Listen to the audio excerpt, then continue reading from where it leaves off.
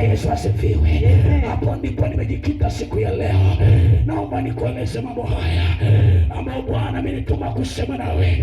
Jambo la kwanza, nimekujibu, nimekuambia mambo hayo yalitendeka mwaka wa 70 kwa habari ya kuvunjwa kwa hekalu la pili.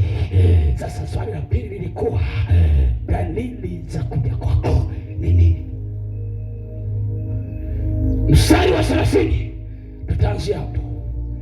Hiyo ni dalili ya kwanza ya kurudi kwa Yesu, inayotuonesha Yesu yu karibu. Yesu aliwaambia wanafunzi wake, kwa mtini jifunzeni mfano huu, tawi lake lishapokuchanua mnajua ya kwamba muda wa mavuno u karibu.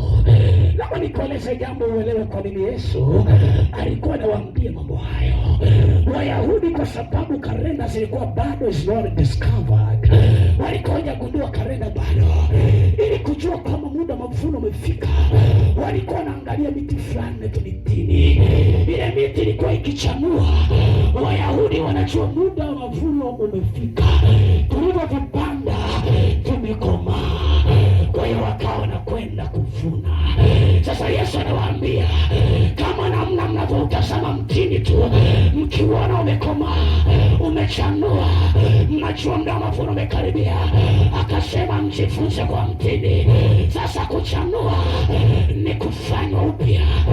Alikuwa anatabiri ya kwamba mtakapoona Israeli imekuwa taifa tena, mjue ule mwisho umekaribia. Na unajua ni kwa nini Yesu alisema maneno haya? Ni kwa sababu katika mwaka wa 70 Wayahudi wote walifukuzwa, wakaenda pande zote za dunia. Wengine wakaenda Ujerumani, wengine wakaenda Marekani, wengine Ulaya. Huko walipokuwa Ujerumani wakati wa Adolf Hitler, niliwaambia siku ya jana, siku moja Pilato akasimama kwenye chanja cha hukumu, akawaambia Wayahudi, sioni hatia ya mtu huyu Yesu, sioni kosa lake. Akasema mimi ninanawa, je, damu hii itakuwa kwa nani? Wayahudi wakapiga kelele, wakasema iwe kwetu na kwa watoto wetu, ila hawakujua ya kwamba kila unabii unatimia.